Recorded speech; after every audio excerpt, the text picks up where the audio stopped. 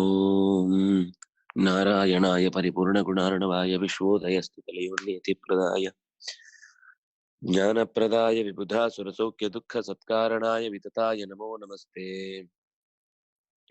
ಯೋ ವಿಪ್ರಲಂಬ ವಿಪರೀತಮತಿ ಪ್ರಭೂತವಾದಾನ್ಯರಸ್ಯ ಕೃತವಾನ್ ಭುವಿ ತತ್ವವಾದಂ ಸರ್ವೇಶ್ವರೋ ಹರಿರಿತಿ ಪ್ರತಿಪಾದಯಂತಂ ಆನಂದತೀರ್ಥಮುನಿವರ್ಯಮಹಂ ನಮಾಮಿ. ನಾರಾಯಣಂ ಸುರಗುರುಂ ಜಗದೇಕನಾಥಂ ಭಕ್ತಪ್ರಿಯಂ ಸಕಲಲೋಕನಮಸ್ಕೃತಂ ಚ ತ್ರೈಗುಣ್ಯವರ್ಚಿತಮಜಂ ವಿಭುಮಾದ್ಯಮೀಶಂ ವಂದೇ ಭವದ್ಭಿನಮರಾಸುರಸಿದ್ಧವಂದ್ಯಂ. ನಾರಾಯಣಂ ನಮಸ್ಕೃತ್ಯ ನರಂ ಚೈವ ನರೋತ್ತಮಂ ದೇವೀಂ ಸರಸ್ವತೀಂ ವ್ಯಾಸಂ ತತೋ ಜಯಮುದೀರಯೇ.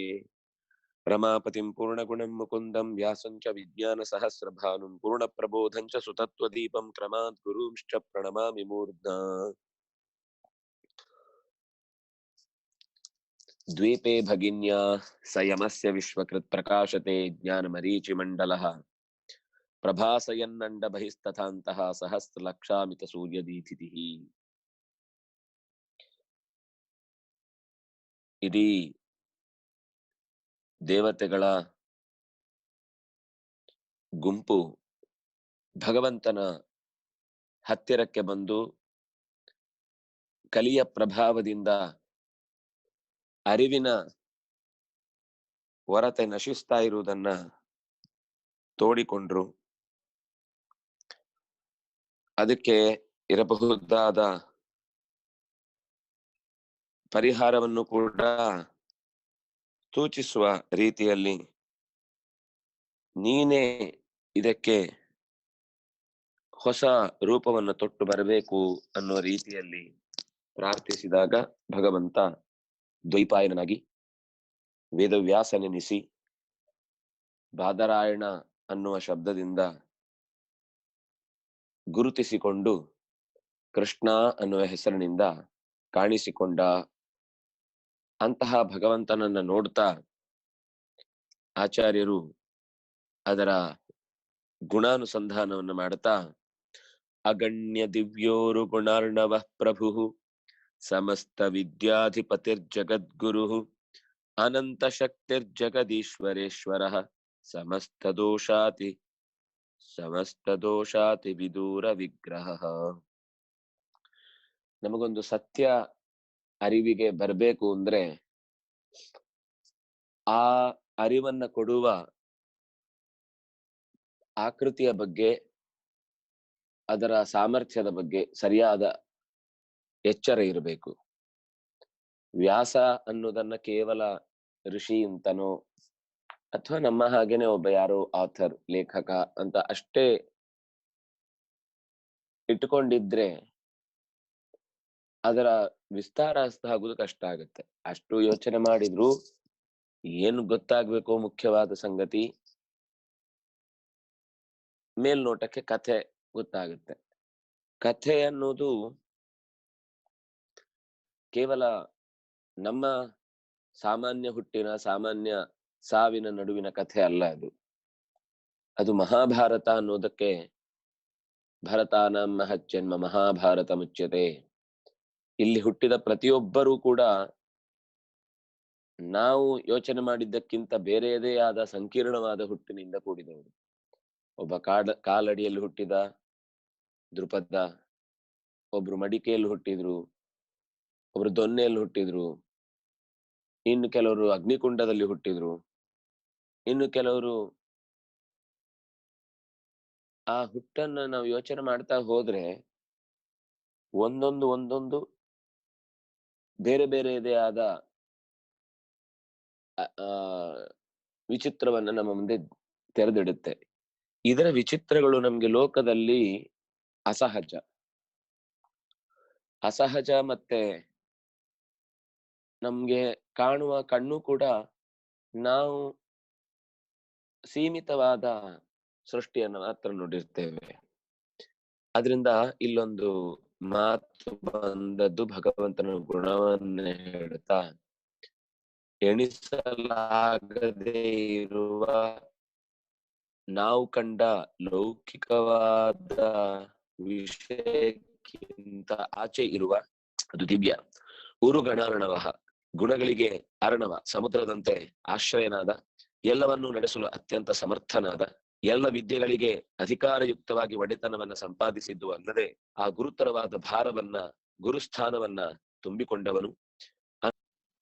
ಶಕ್ತಿಯಿಂದ ಕೂಡಿದ ಜಗತ್ತಿಗೆ ಒಡೆಯನೆನಿಸಿದವರಿಗೆಲ್ಲರಿಗೂ ಮಾರ್ಗದರ್ಶನವನ್ನು ನೀಡುತ್ತಾ ತಾನು ಎಲ್ಲ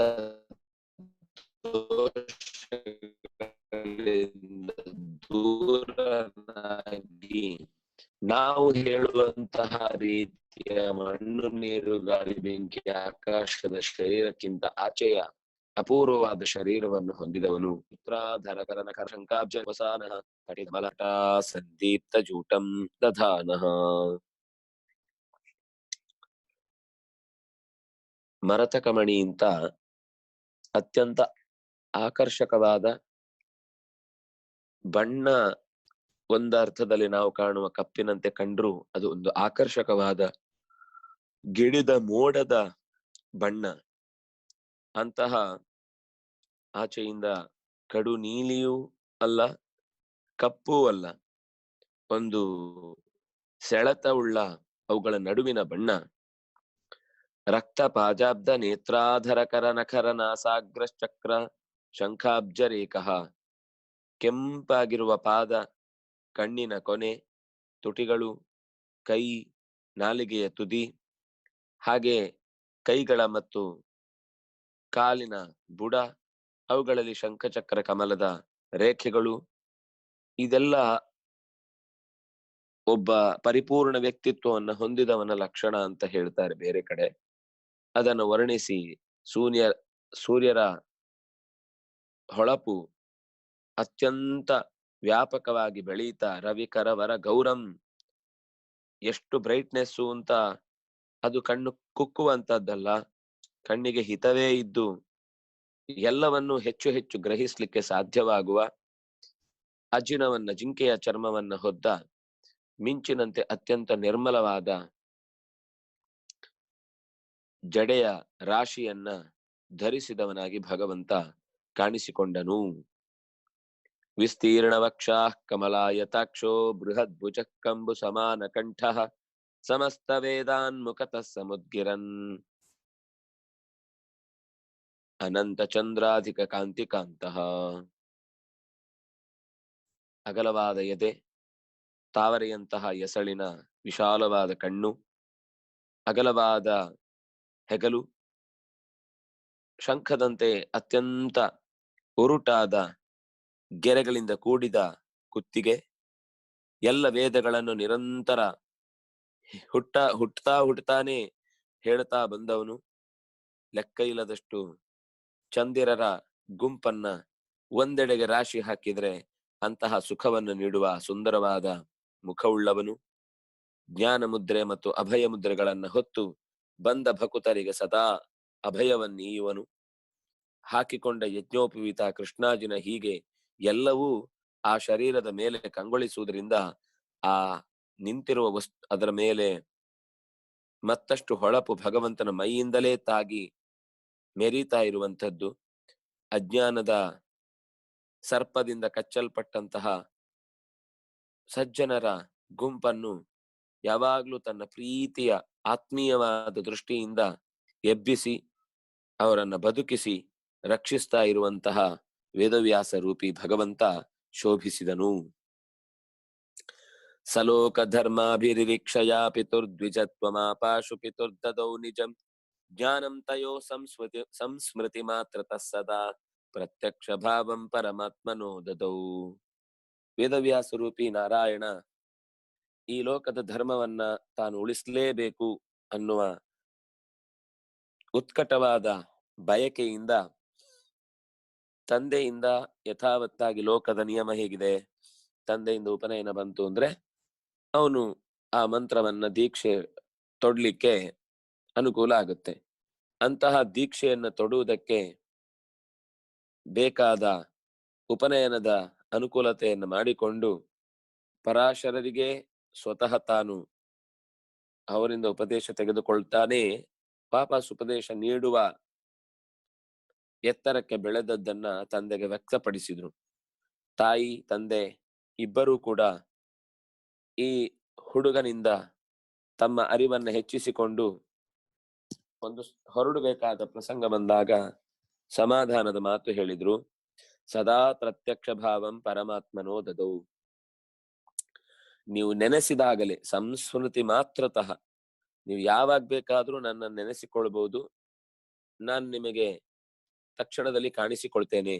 ನೀವು ಯೋಚಿಸ್ಬೇಕಾದ ಅಗತ್ಯ ಇಲ್ಲ, ಬೇಸರ ಪಡಬೇಕಾದ ಅಗತ್ಯ ಇಲ್ಲ ಅಂತ ವೇದವ್ಯಾಸರು ಒಂದು ಒಳ್ಳೆ ವರವನ್ನ ಕೊಟ್ರು. ಬಹುಶಃ ಭಗವಂತನನ್ನ ಹೀಗೆ ಒಂದು ಹೋಲಿಸಿಕೊಳ್ಳುವಂತಹದ್ದು ಪರಾಶರ ಸತ್ಯವತಿಯರಿಗೆ ಮಾತ್ರ ಸಾಧ್ಯವಾಗುವಂತಹದ್ದು ಅನ್ನುವಷ್ಟು ಎತ್ತರದ ವ್ಯಕ್ತಿತ್ವ.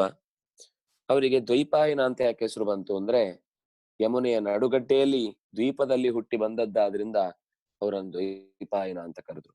ಮುಂದೆ ಋತ್ವಿಜರನ್ನೆಲ್ಲ ವಿಪ್ರ ಋಷಿಗಳನ್ನೆಲ್ಲ ಕೂಡಿಸಿಕೊಂಡು ಬದರಿಯಲ್ಲಿ ಪಾಠ ಪ್ರವಚನ ಮಾಡುತ್ತಾ ಕೂತ್ರಾದ್ರಿಂದಾಗಿ ಬಾದರಾಯಣ ಅಂತ ಹೆಸರು ಬಂತು. ಮುದ್ದೆಯಾಗಿ ಬಿದ್ದಿದ್ದ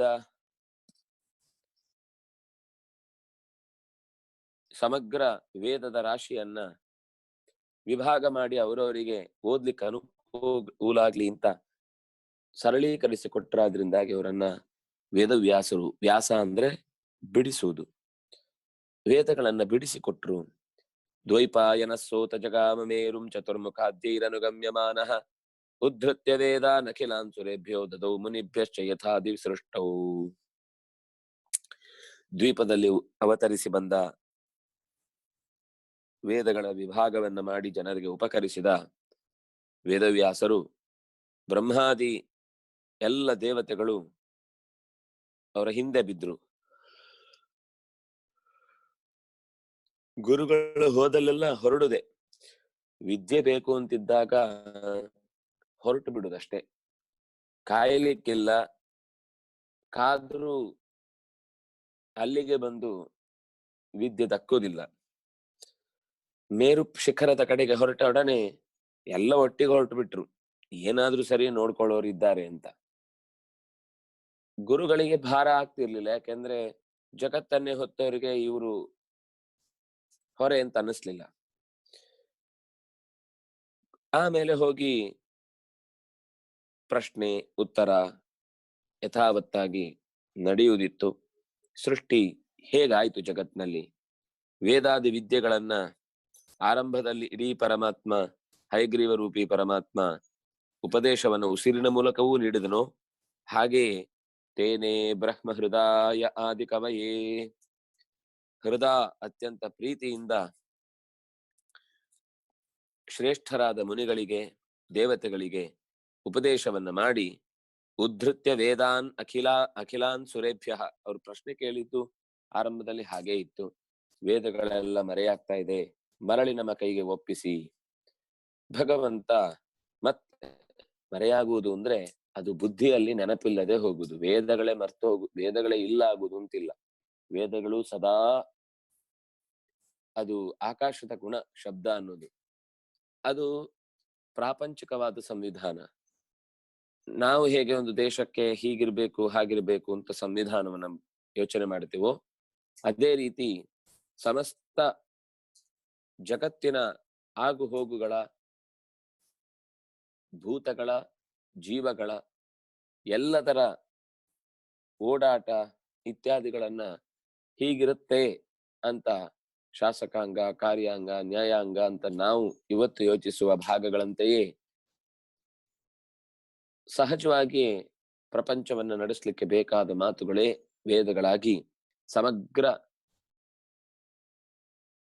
ಭಾಗ ಎಲ್ಲೆಲ್ಲೋ ತಲೆಯಲ್ಲಿ ಉಳಿದಿರಬೇಕಾದದ್ದು ಆಕಾಶದಲ್ಲೇ ಮತ್ತೆ ಮರಳಿತೋ ಅಂತಹ ಸಂದರ್ಭದಲ್ಲಿ ಬಿಡಿಸಿ ಹೇಳಿದ್ರು.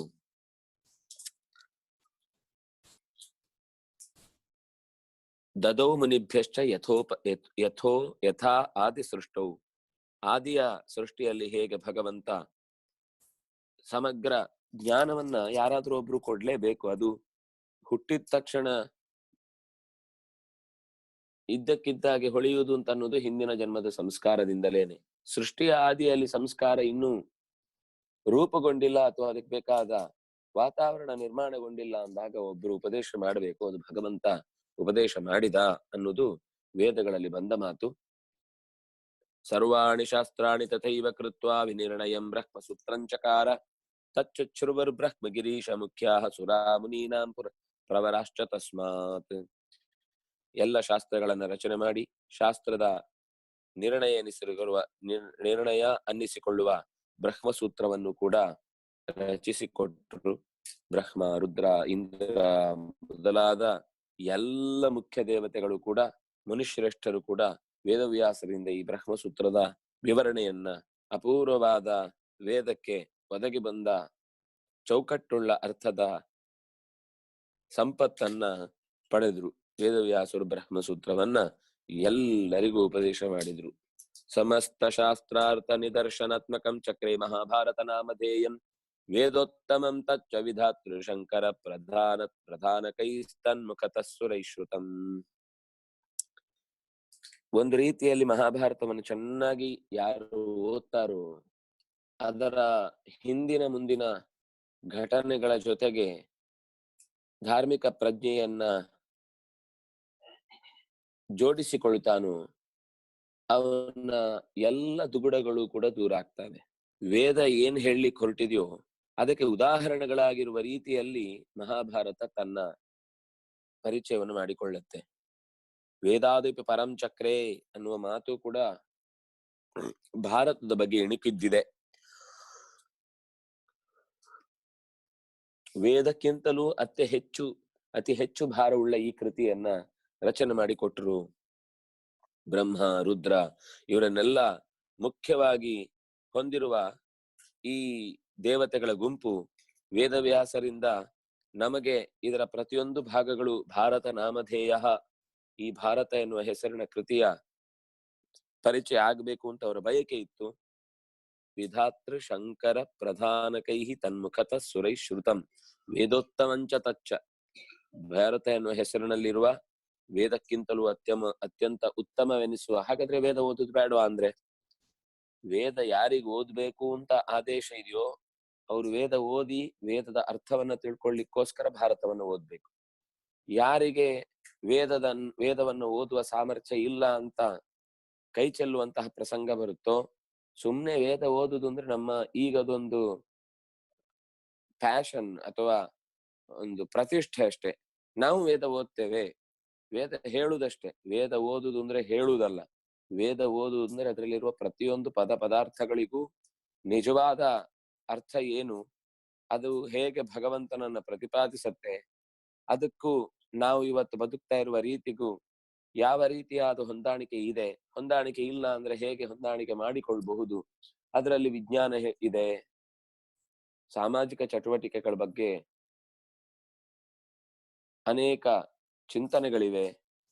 ಏಕಂ ಸದ್ವಿಪ್ರಾಹ ಬಹುಧಾ ವದಂತಿ, ಹೀಗೆ ನೂರಾರು ತರದ ಮುಖಗಳಿವೆ. ಅದರಲ್ಲಿ ವಿಜ್ಞಾನ ಇದೆ, ಮನಃಶಾಸ್ತ್ರ ಇದೆ, ಪ್ರಾಣಿಶಾಸ್ತ್ರ ಇದೆ, ಆಯುರ್ವೇದ ಇದೆ, ಧನುರ್ವೇದ ಇದೆ, ಗಾಂಧರ್ವ ವೇದ ಇದೆ, ಸ್ಥಾಪತ್ಯ ವೇದ ಇದೆ. ನೀವು ಯಾವುದನ್ನ ತೆಗೆದುಕೊಂಡಾಗ್ಲೂ ಲೋಕದಲ್ಲಿ ಇವತ್ತೇನೇನು ನಾವು ಪ್ರತ್ಯೇಕ ಕೋರ್ಸು ಅಂತ ಮಾತಾಡ್ತೀವೋ ಅದೆಲ್ಲವೂ ಒಂದು ಸಹಜವಾದ ಅಧ್ಯಯನದ ಜೊತೆಗೆ ಪ್ರತ್ಯೇಕದಕ್ಕೊಂದು ಕ್ರಾಶ್ ಕೋರ್ಸ್ ಅಂತ ಇಟ್ಟು ಮತ್ತೊಂದಿಷ್ಟು ಫೀಸ್ ಕಟ್ಟಿ ಆ ಮಕ್ಕಳ ತಲೆ ತಿನ್ನುವಂತ ಕಾರ್ಯಕ್ರಮ ಅಲ್ಲ ಮಹಾಭಾರತ ಅಂದ್ರೆ. ನೀವು ಮಹಾಭಾರತ ಓದ್ತಾ ಹೋದ ಹಾಗೇನೆ ಸೈಕಾಲಜಿಯೂ ಗೊತ್ತಾಗುತ್ತೆ, ಪ್ರಾಣಿಶಾಸ್ತ್ರವೂ ಗೊತ್ತಾಗುತ್ತೆ. ಆದ್ರೆ ಡೀಪ್ ನಾಲೆಜ್ ಮತ್ತೆ ಬೇಕು ಅಂದ್ರೆ ಅದಕ್ಕೋಸ್ಕರ ಹುಟ್ಟಿಕೊಂಡ ಗ್ರಂಥಗಳಿಂದ ಅಧ್ಯಯನ ಮಾಡಬಹುದು. ಆದ್ರೆ ಎಲ್ಲಿ ನಾವು ಶಾಸ್ತ್ರದ ಹಿನ್ನೆಲೆಯಲ್ಲಿ ಓದುವಾಗ ದಾರಿ ತಪ್ಪುವ ಸಂದರ್ಭಗಳಿರ್ತಾವೋ ಅಂತ ಸಂದರ್ಭಗಳಲ್ಲಿ ನಮಗೆ ಎಚ್ಚರಿಕೆ ಕೊಡ್ಲಿಕ್ಕೆ ಭಾರತದ ದೃಷ್ಟಾಂತಗಳು ನಮ್ಮನ್ನ ಅಂದ್ರೆ ಸರಿದಾರಿಯಲ್ಲಿ ಕೈ ಹಿಡಿದು ನಡ್ಕೊಂಡು ಹೋಗುವ ಒಂದು ಗೈಡ್ ಇದ್ದ ಹಾಗೆ ಬ್ರಹ್ಮಾದಿ ದೇವತೆಗಳಿಗೆ ಭಾರತವನ್ನ ಉಪದೇಶ ಮಾಡಿದ್ರು. ಅಂದ್ರೆ ಇಂತಹ ಒಂದು ಭಾರತದ ಮುಖ ಅರ್ಥ ಆಗ್ಬೇಕು ಅಂದ್ರೆ ಅದು ಎಂಥ ವ್ಯಕ್ತಿಯಿಂದ ಬಂದಿದೆ ಅಂತ ಗೊತ್ತಿರ್ಲೇಬೇಕು. ನಾವೊಂದು ಸಣ್ಣ ಪುಸ್ತಕ ತೆಗೆದುಕೊಳ್ಳಿಕ್ಕೆ ಹೋಗುವಾಗ ಅಂಗಡಿಯಲ್ಲಿ ಬರ್ದದ್ ಯಾರು, ಅದೆಷ್ಟು ರೂಪಾಯಿ, ನಮ್ಗೆ ಬರ್ದ ಆಥರ್ ಚೆನ್ನಾಗಿರ್ಬೋದು, ವಿಷಯನೂ ಚೆನ್ನಾಗಿರ್ಬೋದು, ನಾವು ಅದರಲ್ಲಿ ಇಂಟ್ರೆಸ್ಟೆಡ್ ಅಲ್ಲ ಅಂದ್ರೆ ತಗೊಂಡೇನು ಉಪಯೋಗ. ಹಾಗಾಗಿ ನಾವು ಅದರ ಆಸಕ್ತರು, ನಾವು ಅಂತಹ ಆಸಕ್ತಿಯಿಂದ ಓದ್ಲಿಕ್ಕೆ ಏನನ್ನು ಇಷ್ಟಪಡ್ತೇವೋ ಅದನ್ನ ಸರಿಯಾಗಿ ಬರೀತಾರೆ ಅಂತ ಅನ್ನುವಂತಹ ಒಬ್ಬ ಆಥರು, ಮತ್ತು ಅದಕ್ಕಷ್ಟು ವರ್ತು. ಸುಮ್ನೆ 25 ಪೇಜ್ ಇಟ್ಟು 80 ರೂಪಾಯಿ ಅಂತ ಅಕಸ್ಮಾತ್ ಮುಖಬೆಲೆಯನ್ನು ಹಾಕಿದ್ರೆ, ಅಯ್ಯೋ ಜೆರಾಕ್ಸ್ ಮಾಡಿದ್ರೆ 15 ರೂಪಾಯಿಗೆ ಆಗುತ್ತೆ, 80 ರೂಪಾಯಿ ಕೊಡ್ಬೇಕಂತೆ ಅಂತ ಯೋಚಿಸಿ ಅದರ ಬಗ್ಗೆ ನಾವು ಇಷ್ಟು ದುಡ್ಡು ಕೊಟ್ಟು ತಗೊಳ್ಳುವ ಅಗತ್ಯ ಇಲ್ಲ, ಬೇಕಾದ್ರೆ ಯಾರ ಹತ್ರ ಅದು ತಗೊಂಡು ಲೈಬ್ರರಿಯಲ್ಲಿ ಇರಿಸಿ ಎಲ್ಲ ಓದ್ಬಿಡೋಣ ಅಂತ ಹೀಗೆಲ್ಲ ಯೋಚಿಸುವ ನಮ್ಮತನದ ಮಧ್ಯದಲ್ಲಿ ಮಹಾಭಾರತಕ್ಕೆ ಅದಕ್ಕೊಂದು ತೂಕ ಅಥವಾ ಅದರ ಲೇಖಕನ ಸಾಮರ್ಥ್ಯ ಮತ್ತು ಅದರಲ್ಲಿರುವ ವಿಷಯ, ಅದು ಯಾವ ಯಾವ ವಿಷಯಗಳನ್ನ ಹೇಳುತ್ತೆ ಮತ್ತು ಅದರಿಂದ ನಮಗಾಗುವ ಪ್ರಯೋಜನ ಲಾಭ ಏನು, ಇದೆಲ್ಲ ಪ್ರಶ್ನೆ ಬಂದೇ ಬರುತ್ತೆ. ಈ ಪ್ರಶ್ನೆಗಳಿಗೆಲ್ಲ ಉತ್ತರ ತಿಳಿದುಕೊಂಡೇ ನಾವು ಅಧ್ಯಯನಕ್ಕೆ ಇಳಿದಾಗಲೇ ಆ ಅಧ್ಯಯನ ಸಂಪೂರ್ಣ ಆಗುತ್ತೆ. ಬರೆದ ವೇದವ್ಯಾಸರ ಅಸಾಮಾನ್ಯವಾದ ಜ್ಞಾನ, ಅಪಾರವಾದ ಸಾಮರ್ಥ್ಯ, ಹಿಂದೆ ಮುಂದಿನ ಎಲ್ಲವನ್ನೂ ಚೆನ್ನಾಗಿ ಅರಿತು ಅದನ್ನ ಯಥಾವತ್ತಾಗಿ ದಾಖಲಿಸುವ ಶಕ್ತಿ ಬಹಳ ಜನ ಗೊತ್ತಿರುತ್ತೆ, ಬರೀಲಿಕ್ಕೆ ಬರಲ್ಲ. ಬಹಳ ಜನ ಬರೀಲಿಕ್ಕೆ ಬರುತ್ತೆ, ಏನು ಗೊತ್ತಿರಲ್ಲ.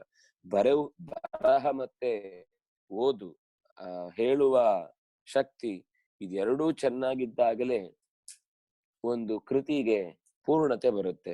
ವೇದವ್ಯಾಸರ ಪೂರ್ಣತೆಯನ್ನ ಎಷ್ಟು ವಿವರಿಸಿದ್ರು ಕಮ್ಮಿ ಅಂತ ಹೇಳ್ತಾ, ವೇದಕ್ಕಿಂತಲೂ ಉತ್ತಮವಾದ ಕೃತಿ ರಚನೆ ಆಯಿತು ಅಂದ್ರೆ ಆ ಸಾಮರ್ಥ್ಯದ ಬಗ್ಗೆ ನಾವು ಮತ್ತೆ ಅದಕ್ಕೆ ಬಿಡಿಸಿ ವಿವರ ಕೊಡಬೇಕಾದ ಅಗತ್ಯ ಇಲ್ಲ. ಅಥೋ ಗಿರೀಶಾದಿ ಮನೋನುಷಾಯಿ ಕಲಿರ್ಮಮಾರಾಶು ಸುವಾಂಗ್ಮಯೈಶ್ವರೈಃ ನಿಕೃತ್ತ ಶೀರ್ಷೋ ಭಗವನ್ಮುಖೇರಿತೈಃ ಸುರಾಷ್ಟ್ರ ಸಜ್ಞಾನ ಸುಧಾರಸಂ ವಪುಃ. ಈ ಹೊತ್ತಿನಲ್ಲಿ ಅವ್ರು ಕೇಳಿದ್ದು ನಮ್ಮ ಎಲ್ಲರ ತಲೆಯಲ್ಲೂ ನೆಲೆಸಿದ ಕಲಿಯನ್ನ ಹೊರಗೆ ಕಳುಹಿಸಿ ಅಂತ. ಭಗವಂತ ಅದಕ್ಕೆ ಈ ಜ್ಞಾನವೆಂಬ ಅಮೃತವನ್ನ ಕೊಟ್ಟೊಡನೆ ತಲೆಯೊಳಗೆ ನಿಲ್ಲಿಸಿದ್ದ ಕಲಿಯ ತಡೆಗೋಡೆ ಒಡೆದು ಅವನನ್ನ ಹೊರ ಕಟ್ಟಿತು. ಕಲಿರ್ಮಮಾರ, ಕಲಿಮ್ಮಮಾರ, ಕಲಿಯನ್ನ ಪೂರ್ತಿ ನಾಶಗೊಳಿಸಿದಂತಾಯಿತು. ಭಗವಂತನ ಜ್ಞಾನದ ಬಾಣಗಳಿಂದ ತಲೆಯನ್ನು ಕಳೆದುಕೊಂಡು ಹೊರಟು ಹೋದ. ಅಂದ್ರೆ ತಲೆ ಕಳೆಯುವುದು ಅಂದ್ರೆ ಅವನ್ ತಲೆ ಕಳೆಯುವುದಲ್ಲ, ನಮ್ ತಲೆಯಲ್ಲಿದ್ದ ಅಜ್ಞಾನ ಹೋಯ್ತು. ಅಜ್ಞಾನ ಹೋದೊಡನೆ, ಜ್ಞಾನ ಬಂದೊಡನೆ ಮತ್ತೆ ತಪ್ಪು ಆಲೋಚನೆಗಳು ಮತ್ತು ತಪ್ಪು ಅಪೇಕ್ಷೆಗಳು ಹುಟ್ಟುವುದಿಲ್ಲ. ದೇವತೆಗಳು ಆ ನಿರ್ಮಲವಾದ ಜ್ಞಾನವೆಂಬಂತಹ ಸುಧಾರಸಂ ಅಮೃತದ ಪಾನವನ್ನ ಮಾಡಿದ್ರು, ಜ್ಞಾನವನ್ನ ಪಾನ ಮಾಡಿದ್ರು, ಅಜ್ಞಾನವನ್ನ ಕಳ್ಕೊಂಡು ಇನ್ನೊಂದ್ ಕಡೆ ಯಥಾವತ್ತಾಗಿ ತಮ್ಮ ಕಾರ್ಯಭಾರದಲ್ಲಿ ತೊಡಗುವುದಕ್ಕೆ ಬೇಕಾದ ಧೈರ್ಯವನ್ನ ಹೊಂದಿದ್ರು. ಕಲಿಯ ಪ್ರಭಾವವನ್ನು ಕಳ್ಕೊಂಡು ತಮ್ಮ ನಿತ್ಯದ ಚಟುವಟಿಕೆಯಲ್ಲಿ ತೊಡಗುವುದಕ್ಕೆ ಅವರಿಗೆ ಅನುಕೂಲ ಆಯಿತು. ಇಲ್ಲಿಂದ ಮುಂದೆ ಇನ್ನು ಕಥೆ, ಮಹಾಭಾರತದ ಮುಖ್ಯ ಭಾಗಗಳಿಗೆ ಸಂಬಂಧಪಟ್ಟ ವಿವರ ಎಲ್ಲ ಇನ್ನು ಮುಂದೆ ಬರ್ತಾ ಹೋಗುತ್ತೆ. ಪುರಾಣಗಳ ರಚನೆ ಆಯಿತು. ಅದರಂತೆ ವೇದವ್ಯಾಸರು ತಾವು ಹೋಗ್ತಾ ಇದ್ದ ದಾರಿಯಲ್ಲಿ ಯಾರೋ ಒಬ್ಬರನ್ನು ಭೇಟಿಯಾದ್ರು. ಹಾಗೆ ಭೇಟಿಯಾದಾಗ ಅವನು ಕೇಳಿದ್ದಕ್ಕೂ ಅವನಿರುವುದಕ್ಕೂ ಸಂಬಂಧ ಇಲ್ಲ ಅನ್ನುವ ಒಂದು ವಿಚಿತ್ರವಾದ ಘಟನೆ ಮುಂದಿನ ಭಾಗದಲ್ಲಿ ಬರುತ್ತೆ. ಅದನ್ನ ಮತ್ತೆ ನಾಳೆ ದಿವಸ ಸೇರಿದಾಗ ನೋಡೋಣ. ನಾಳೆ ಆಗ್ಲಿಕ್ಕಿಲ್ಲ, ನಾಳಿದ್ದು ಸೇರಿದಾಗ ನೋಡೋಣ ಅಂತ. ನಾಳೆ ಆಗ್ಲಿಕ್ಕಿಲ್ಲ ಅಂದ್ರೆ ದ್ವಾದಶಿಯ ಕರ್ಮ ಇರುತ್ತೆ, ಅದರಿಂದಾಗಿ ಅಲ್ಲಿ ಬೆಳಿಗ್ಗೆ ಎಷ್ಟೊತ್ತಿಗೆ ಮುಗಿಯತ್ತೆ ಅಂತ ಗೊತ್ತಿರುವುದಿಲ್ಲ ನನ್ನ ನಿತ್ಯದ ಚಟುವಟಿಕೆ. ಅದರಿಂದಾಗಿ ನಾಳಿದ್ದು ಯಥಾವತ್ತಾಗಿ 7ರಿಂದ ಈ ಪಾಠದ ಮುಂದುವರಿಕೆ ಮತ್ತೆ ಮಾಡೋಣ. ತಪಸ್ವಿನೋ ದಾನಪರಾ ಯಶಸ್ವಿನೋ ಮನಸ್ವಿನೋ ಮಂತ್ರವಿದಸ್ಸು ಮಂಗಲಾಃ ಕ್ಷೇಮನ್ನ ವಿಂದಂತಿ ವಿನಾಯ ದರ್ಪಣಂ ತಸ್ಮೈ ಸುಭದ್ರಶ್ರವಸೇ ನಮೋ ನಮಃ. ಸ್ವಸ್ತಿ ಪ್ರಜಾಭ್ಯಃ ಪರಿಪಾಲಯಂತಾಂ ನ್ಯಾಯೇನ ಮಾರ್ಗೇಣ ಮಹಿಂ ಮಹೀಷಾಃ. ಗೋಬ್ರಾಹ್ಮಣೇಭ್ಯಃ ಶುಭಮಸ್ತು ನಿತ್ಯಂ ಲೋಕಾಃ ಸಮಸ್ತಾಃ ಸುಖಿನೋ ಭವಂತು. ಕಾಲೇ ವರ್ಷತು ಪರ್ಜನ್ಯಃ ಪೃಥಿವೀ ಸಸ್ಯಶಾಲಿನಿ. ದೇಶೋಯಂ ಕ್ಷೋಭರಹಿತಃ ಸಜ್ಜನಾಃ ಸಂತು ನಿರ್ಭಯಾಃ. ಅಪುತ್ರಾ ಪುತ್ರಿಣಃ ಸಂತು ಪುತ್ರಿಣಃ ಸಂತು ಪೌತ್ರಿಣಃ. ಅಧನಾಃ ಸಧನಾಃ ಸಂತು ಜೀವಂತು ಶರದಾಂ ಶತಂ. ಸರ್ವೇ ಭವಂತು ಸುಖಿನಃ ಸರ್ವೇ ಸಂತು ನಿರಾಮಯಾಃ. ಸರ್ವೇ ಭದ್ರಾಣಿ ಪಶ್ಯಂತು ಮಾ ಕಶ್ಚಿತ್ ದುಃಖಭಾಗ್ ಭವೇತ್. ಕಾಯೇನ ವಾಚಾ ಮನಸೇಂದ್ರಿಯೈರ್ವಾ ಬುದ್ಧ್ಯಾತ್ಮನಾ ವಾ ಅನುಸೃತ ಸ್ವಭಾವಃ. ಕರೋಮಿ ಯದ್ಯತ್ ಸಕಲಂ ಪರಸ್ಮೈ ನಾರಾಯಣಾಯೇತಿ ಸಮರ್ಪಯಾಮಿ. ಶ್ರೀಕೃಷ್ಣಾರ್ಪಣಮಸ್ತು. ಕೇಳಿಸ್ತಿತ್ತಾ ಕೊನೆಯವರೆಗೆ? ಕೇಳಿಸುತ್ತೆ, ಚೆನ್ನಾಗಿ ಕೇಳಿಸುತ್ತೆ. ಹಾ ಸರಿ, ಕ್ಲಿಯರ್ ಇದೆ, ವಾಲ್ಯೂಮ್ ಕರೆಕ್ಟ್ ಇದೆ, ಕ್ಲಿಯರ್ ಆಗಿದೆ. ಸರಿ ಸರಿ ಆಯ್ತು. ಮುಕ್ತಾಯ ಮಾಡೋಣ. ಸರಿ.